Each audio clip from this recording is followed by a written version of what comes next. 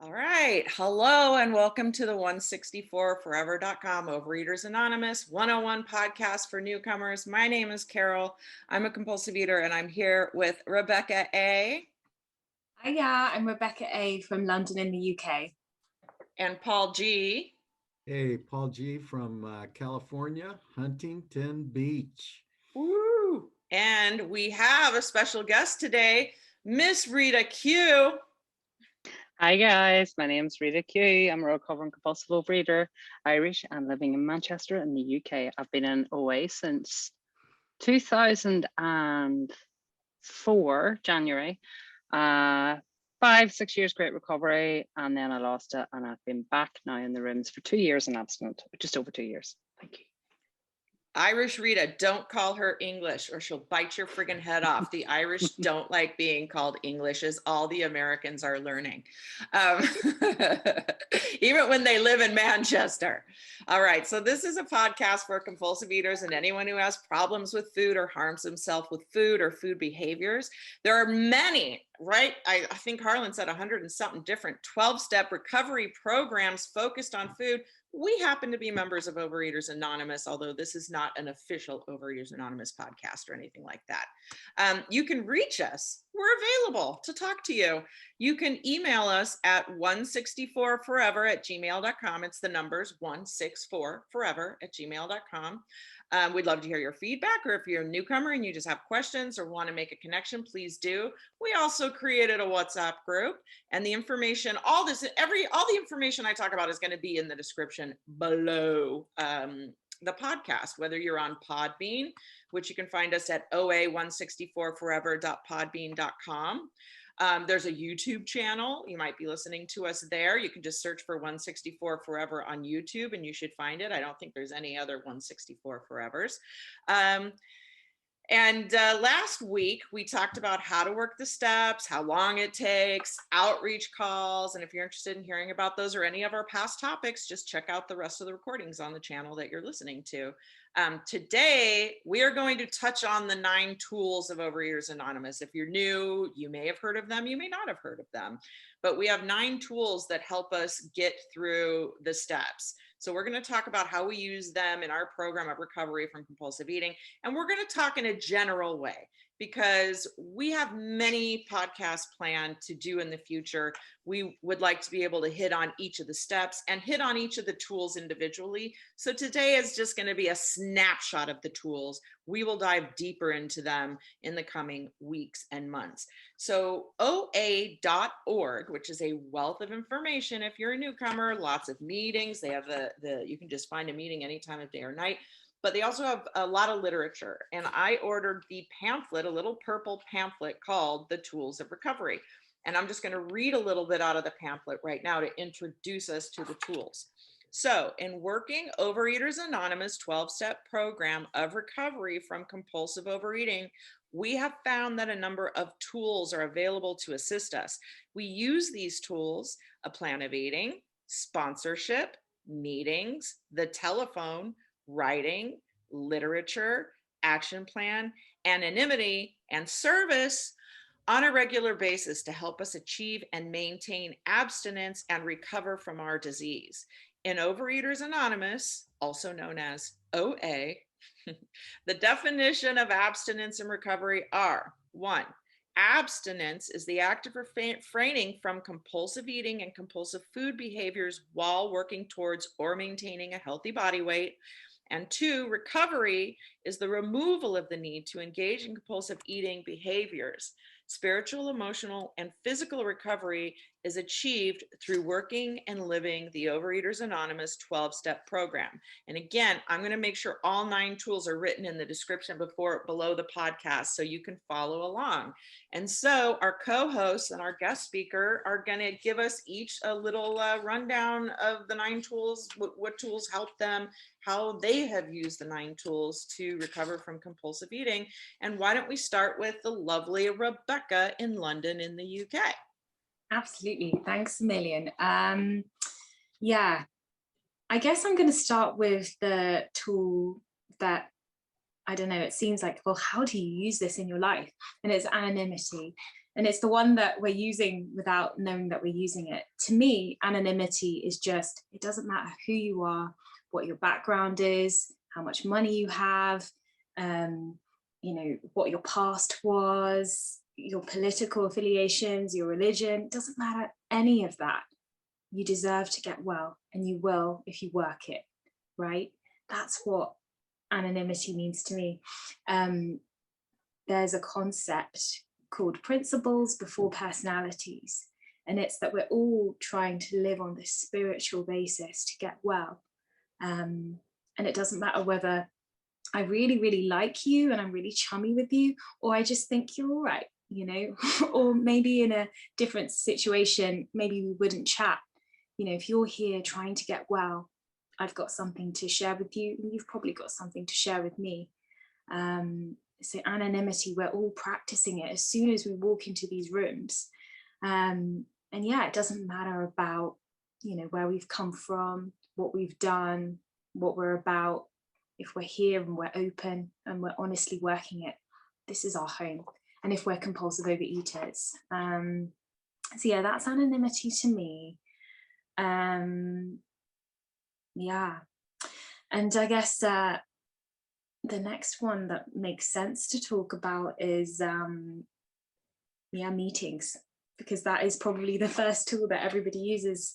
I remember I came into this program in March 2020, and I went to my first meeting, and that's where I first heard the message. I didn't know much about OA. I knew about 12-step programs because my partner's in the 12-step program, but I didn't know I was addicted to food. I didn't know anything about the big book really. And the meetings exposed me to what the solution was. On its own, it's not working, the program, but it exposed me to what I needed to do.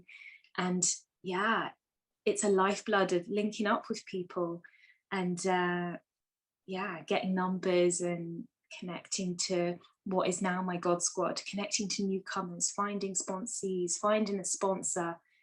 You do it at the meetings. When I first came in, that was every day, meetings every day. And if you have to do multiple, now my life is more about kind of balance, and I do less of the multiple meetings each day, but I still need to hear the message. Like I can't rest on my laurels with that. I need to hear the message. I need to be connecting with people. Similarly, telephone helps me to connect with my fellows. This is a disease of isolation, and getting on the phone, get my butt on the phone and being like, hey, how are you? Or hey, this is what's going on with me. Or, hey, how's your program? Yeah, that stops me from being isolated. And I loved a little bit of isolation in my disease. I loved it. Even though I didn't want it, and I wanted to be liked and I wanted to be part of, I had a tendency to isolate because that was the disease. So telephone stops me from doing that. And yeah, I've only touched on a few of the tools, but I'll leave it there for me. Yeah. Thanks, Rebecca. And I will say those meetings, we all met in meetings. We wouldn't even know each other if it wasn't for meetings. I met Rita at my very first meeting. I don't know if you realize it. You shared and I was like, your share is friggin' awesome. And you were like, well, text me and I'll send you some meetings. And then and when Rita gets to sharing, we'll talk about, she has great meetings that she hosts with a podcast that goes along with those, and some great speakers. The speaker this week was amazing. So we'll make sure that information is down below. But before we get to Rita, Paul G is going to talk on the 9 tools. Go ahead, Paul. Thank you so much. When I think of the tools, I think of the few things, you know, carrying around a tool belt and keeping everything with me. And I also think of, you know, what's the right tool for the job? And, you know, my prior mode of operation is just find whatever works and pound it to fit. That probably is not the best method in OA. I like that Rebecca started with the anonymity, and one of the best things that I heard is that we're all just bozos on the bus. And you know, at first I thought, well, that's a little derogatory. I mean, are you calling us all a bunch of clowns? Bozo is a clown. when I was a kid, he was on TV, and but yeah, sometimes we're clowns. We try and be funny, but what it really is that they're all the same, just like Rebecca said. And another phrase that I've heard is just being in the middle of the herd. I don't need to be a superstar. I don't need to be better than you. It doesn't matter if I don't have what you have. It's just I'm here working the steps, doing the work, and I think that's the cool part. Sponsorship. Sometimes sponsorship can be the big rubber mallet to kind of move me back into place, or the ratchet to kind of tighten me down on my food plan. Certainly it could be the thing to loosen me up sometimes when I'm really uptight and my ego is trying to run the show. And my sponsor led me through the big book and taught me what these steps were. And he really carried me along while my higher power and the big book did the heavy lifting. And sponsorship, I highly recommend grab a sponsor, someone that you know. At first, I didn't know how to find a sponsor in this world of Zoom. How do you go out and have coffee with them afterwards? What do you do? Well, you just get curious about people. You ask, you take phone numbers, you call, you look for available sponsors. You go to meetings where you hear the message that you want to hear, and find someone and don't let them go. Just keep talking to them. And even if they don't have, even if they're full, so to speak, which means they can't accept anyone else at the time, ask them, is there someone else that you can refer me to?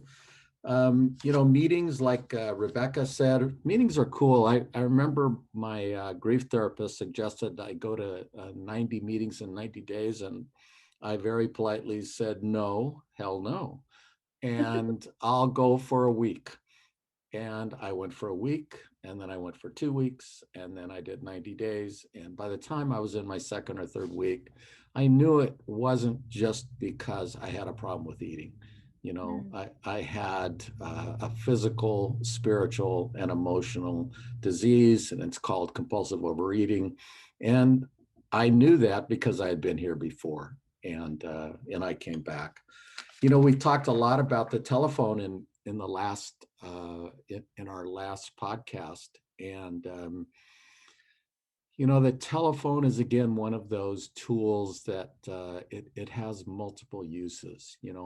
Sometimes I make a call because I am disturbed, whether it's a 10-step call or I just want to be of service to someone else. Sometimes I make a call to be of service to someone on the other side. Sometimes I accept a call to have a fellow do a 10-step to release the emotions that build up and causes issues. So it can be a tool for working the steps, calling and talking to people about where you are in the steps and questions about the chapter in the big book or the step that you're on.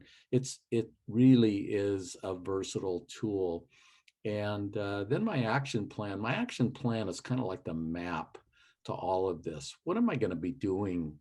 What does my recovery look like? One of the first things my sponsor said was, I want you to get an action plan. I want you to get a plan of eating. I want you to do service. I mean, he covered so many of the tools in our first call, and the action plan kind of keeps me grounded. As I move along through recovery, it almost just becomes part of who I am. I make the outreach calls, I do my food, I plan my meals, I prepare my meals. And your action plan may look different than mine. It really can encompass anything that you might want to cover. It could be exercise, it could be anything. So mine covers a number of things, and yours is, it's perfect for you.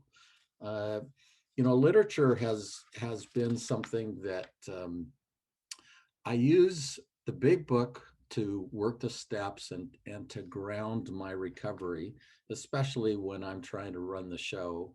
I go back to specific pages in the big book. And I use the OA literature to help me identify. And to this morning, I had a great reading that, my higher power is the pilot and I'm the co-pilot. I love to hear that, and that was how I started my day, is reminding myself that that's the case. So it really helps open up what this dis-ease is for me. So literature helps a ton. Service, service is so cool. One, if people weren't doing service, I wouldn't be able to go to meetings. Someone agreed to lead the meeting. Someone agreed to read the steps. Someone agreed to be a timer, and all those things. They're the mechanics, but there's no one getting paid to do this work. It's all us, and that's the beauty of OA for me, is that all of us are doing this work. Some of my favorite things are to lead a meeting. I love to be a speaker at a meeting. Just in case you can't tell, I'm a natural ham, and I love to talk. And what better thing to talk about in a meeting, whether it's a share or a lead, than myself? That's what sharing is. I'm talking about my disease and what I experience. What's my experience, strength, and hope in this disease? And it's meetings are cool, and just reach out there. If you've never led a meeting, jump off the cliff and lead a meeting. If you've never been the timer, just jump in. The water's warm. Writing is fun. Writing happens to be a part of many of the steps we do.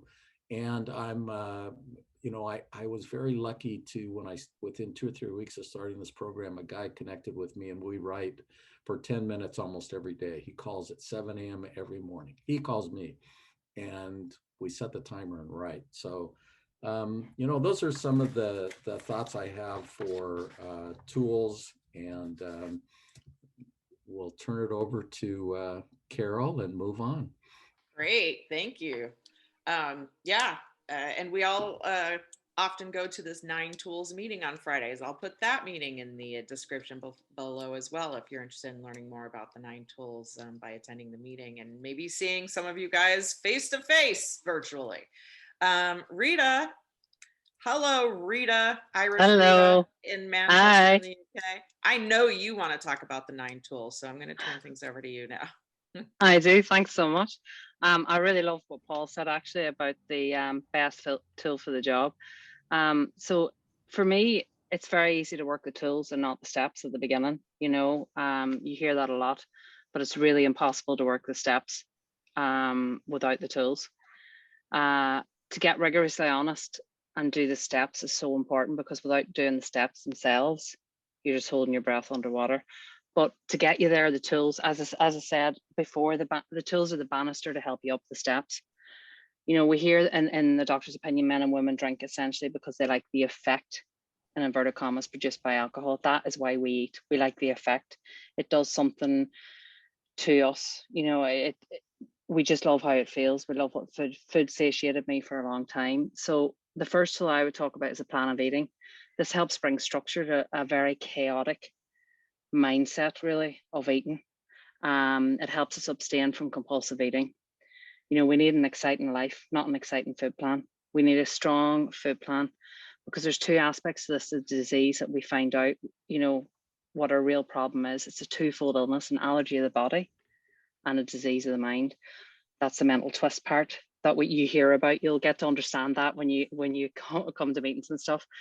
But the allergy of the body basically is when I eat certain ways, I cannot reasonably predict what will happen with certain foods. For me, they are sugars and stuff like that. But for, you define that between your sponsor, your nutritionist, and, and a doctor. But for me, I eat 3 meals a day, nothing in between. It's structured.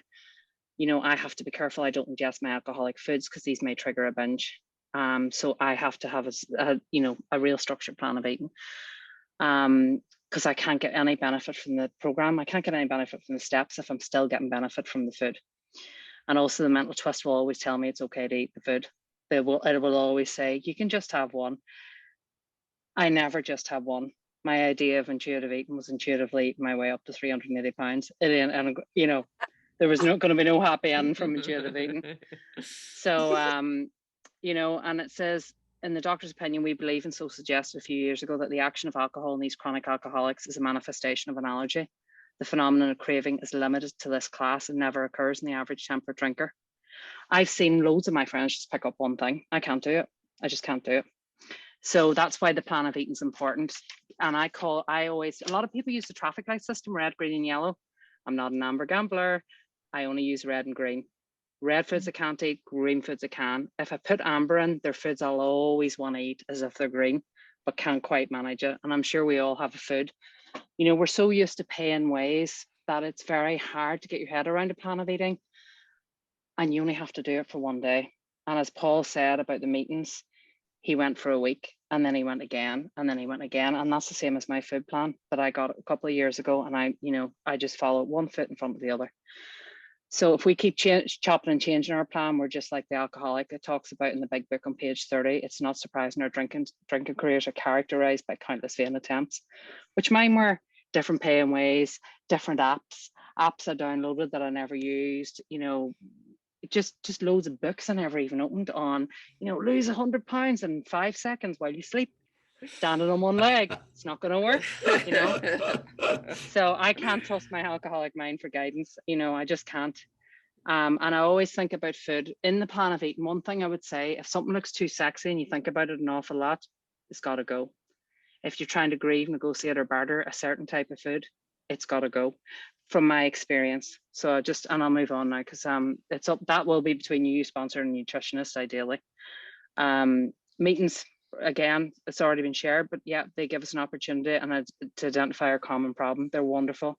They're also a great, for me now as a sponsor, they're a great fishing ground to help people, but also just to hear the story. There's so many different types of meetings. You can go to ones that talk about the steps or traditions. They say the steps will stop you, hopefully stop you committing suicide, and the traditions will hopefully stop you committing homicide. That's the difference. That's the bottom line difference between them, you know. But meetings will not get you well. They just won't get you well, but they will give you the identification. And I think a lot of people go to meetings a lot and think, oh, if I've been in meetings all day. Sometimes I hear that a lot from people, that they've been to 4 or 5 meetings that day. And I always think, how are you doing your step work in between? How are you doing the analysis part? You know, the excavation, as I call it. I will take one of the tools off Paul's tool belt and be excavating my feelings, because that's the only way. It's not the food that's making me eat, it's those feelings. So the telephone as well. Yeah, the telephone has turned into something amazing in lockdown. Awful that we have this pandemic, but the telephone brings connections. Loads of members call or text. Some people are very shy about ringing. They don't like calling up. But you know, it says in the big book, I think page 97, it says, you know, about the sick man. This is a sick man. How can I be helpful to them? Sometimes my phone rings and I'm like, oh, I really do not want an outreach call. I really don't want. I want to go and watch something rubbish on Netflix just to take my mind off my day. And you know what? Every time they call, it's something amazing happens, and God shows up, and he's in the call, my higher power. And you know, it's such a wonderful thing. And I think when you've got the urge to eat, it's such an impressive tool, because you will ring somebody and say, I am stood at the fridge, as I have done in the past a long time ago. I'm stood at the fridge, I'm looking at the abyss, because you know what's coming. You know, the minute you pick up that food, you pick up the food and the food just railroads you, and that's it. So outreach. And, you know, sometimes people don't know what to say. And, you know, Rebecca was talking about this before, you know, what do you say? How's your day going? Where are you up to in the steps? You know, is there anything you're struggling with? Just something to get out of self, because we are driven by 100 forms of self. It's the tune. What is it? It's the tune. It's a song with the lyrics I to the tune of me. That's just how we are. You know, writing, I have to say, is my worst trait of all the tools. I'm really bad at it. It brings clarity, but it helps us put our thoughts and feelings down on paper. And for some reason, because of the two-way prayer now, it really brings understanding. You won't probably know about two-way prayer, but you can Google it, and maybe we'll do a little subject on that at some point. But it is a wonderful tool to help you. See, prayer is about petition, and meditation is about listening. So that's the two-way side of it. But writing is fantastic. This morning I was irritable, restless, discontent. I had an outreach call. I can't believe the tools in action. They said, are you free? I said, I am actually. I'm packing to go on holiday. She said, can I ring you? She rang. I was saying it. She asked me how I was. I said I was irritable, restless, and discontent. She said, why don't you ask God to write it out? And I thought, oh, I hate writing. I'd rather just text somebody or leave a voice message. And do you know what I did? And I just got fear after fear after fear, which I was able to share. And it was just a whole page of silly fears. And I thought, wow, it really works. And you know, if you think this isn't going to work, go to a meeting, because you'll hear people who are well, you know. And then literature that brings instruction. We read OA approved books, pamphlets, Life Out magazine, whatever, and the AA big book. For me, that's the Bible of the program. You know, Bill's story will teach us that we are powerless over food, our need for acceptance of that powerlessness, the need for faith in a power greater than ourselves, and that abstinence and recovery are fragile if we do not keep to our close to our higher power and work with others. I heard a speaker once say, really famous, he's passed now, but he said, you know, if you've ever relapsed, it's because your connection, you're not in fit spiritual condition. And to get that, the tools will help you get that. People will show you what they've done to get there. Action plan, as Paul has touched on as well, it is brilliant. It's the process of identifying and implementing attainable actions that are necessary to support our own abstinence, our particular abstinence. So for me, it's a bit like plan of eating. It varies for everybody, but I have an OA dashboard, an action plan. This is what keeps me well: meetings, calls, service, listening, obviously my food plan, but also exercise. You know, we are addicts. We hate the way things are and we just don't like change. So an action plan is a really good way of getting us to change, you know. I have exercise on mine because I have that as a kind of mini tool, because I was so big, I never moved my body. And now it's really important for me to try and live through that, almost not obsessive or anything, but just like get out into nature and walk and experience that. Anonymity, as Rebecca had touched on, it brings trust. That's the biggest thing. I want to be able to go into a meeting and say something and know once I say it and once that Zoom finishes, it's gone and done. If I want feedback, I'll talk to my sponsor. But it's a program of attraction rather than promotion. I won't stand outside my local church screaming about OA. People will see a change in me, as people have. They'll see like my character defects of impatience coming, you know, just being better. So anonymity is quite important. Like as Rebecca had said, you know, who you see here, let it, you know, when you leave here, let it stay here. That's what we usually say in a meeting. And it shows respect and confidence for your other members, you know. So it's really, like I said, the reason I said I trust that when I go in to meeting and share and leave, that it won't be repeated or gossiped about, which is wonderful. And that's an amazing thing. When you're used to working in offices where people are talking all the time about everybody, it's just such a wonderful thing. Service as well is very important to me. As Paul had said about service, you know, if people don't do meetings, I lead 2 meetings, one on a Tuesday and a Wednesday, and they're just beautiful. And the service that is given at those meetings is incredible. There's greeters, there's tech, there's just so many things. And I'm always in awe of how much people want to do service. If you get stuck, if you're new, just be a timer. It's the one thing we can never get people to do, by the way. People hate timing for some reason, even though you've got, everybody has it in a clock on their phone. But, you know, do service, offer to read the steps, offer to read the traditions, and, you know, go turn up early to the meeting, turn up early and leave last, because that's a really good way of staying well. A lot of people come in halfway through and leave early, and you only get part of a message, and half measures, it says in the big book, avail us nothing. Be the person that it used to be the person that put the coffee pot on or put the posters on the wall, and now it's like just be that person who'll time, who'll offer to read, you know, and the leader will always be grateful. Whoever's moderating the meeting will always grateful. And it says in the bottom of page 9, he did no ranting. They told him of a practical program of action, you know, and it works. And it, you know, the most important thing, I think, as well as service, is sponsorship. Your sponsor is your guide to help you get a higher power. Basically, they're going to guide you through the steps. They will not be your higher power because they're just human and they'll never rise above that. You know, they're not going to be your best friend, although you will become friends potentially, or you may not, and that's okay. That is absolutely okay, whatever works. go to meetings. You see, the tools all interact, which is beautiful. They are all enmeshed. Go to meetings, find somebody who has what you want, ask them how he or she is achieving it. That's what we say.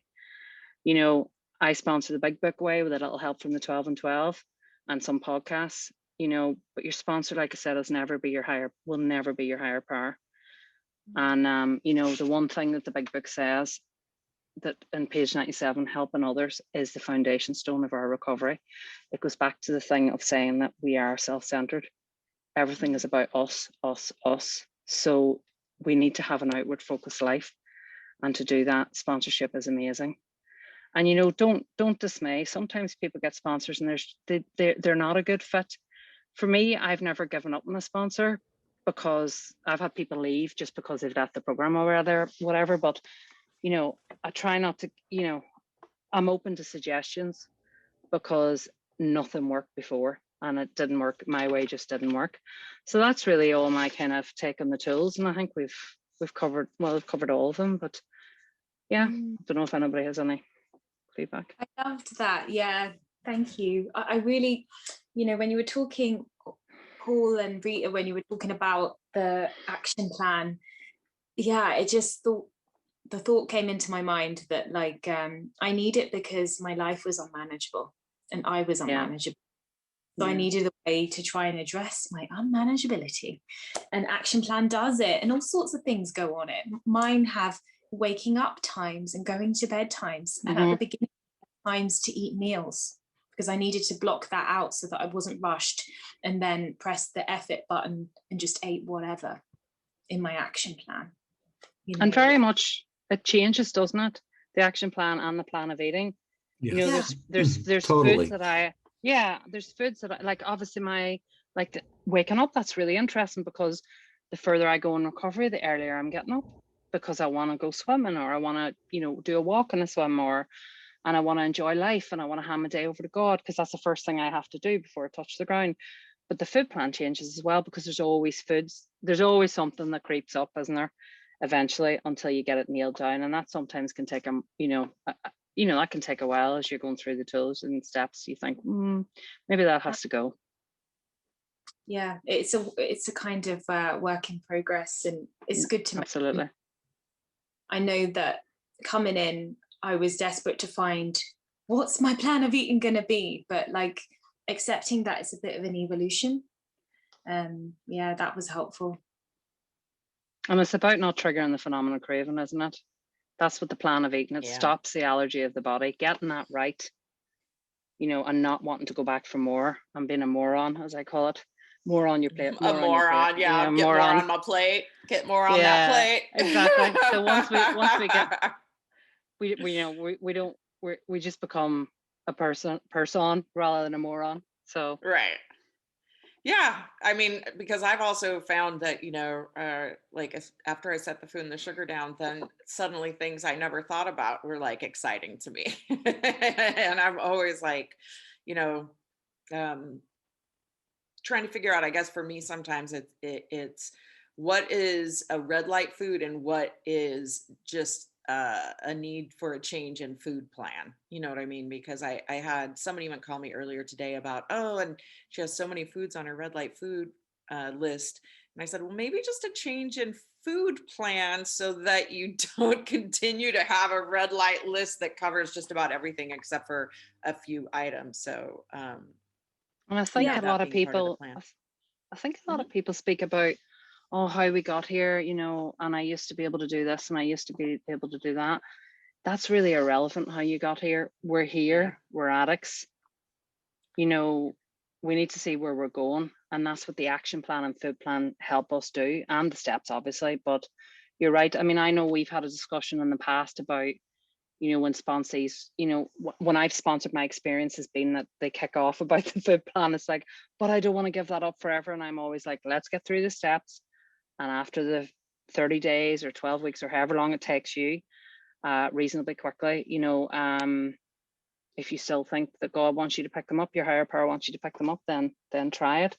But, you know, we're addicts. We love to do research, and that research involves eating what we want, and it just doesn't work. You know, I got it in me. I can try it again. I'll do it one more time. I've done it one more time, you know, and I Everything's realize different then now. I look down and I realize I'm never going to grow new legs like it talks in the big book. They're gone, you know. Yeah. Great. Awesome, you guys. Thank you so much for a wonderful, wonderful, wonderful podcast about the 9 tools. And I'm going to post all the information we discussed earlier in the description below. So you're going to see that 9 tools meeting that we go to. I'm going to put a link to the YouTube channel where Rita posts her podcast, her recorded speakers, and how to find us on Podbean if you prefer Podbean, and how to email us, and anything else I can think of I will just put in the description below. And stay tuned, because in future episodes we're going to do a deeper dive into each of the 9 tools. So please come back next week when our topic of discussion will be higher power, right? You're going to love it or you're going to hate it. You're going to love it or you're going to hate it. It's going to be one of the two. Wonderful. Right?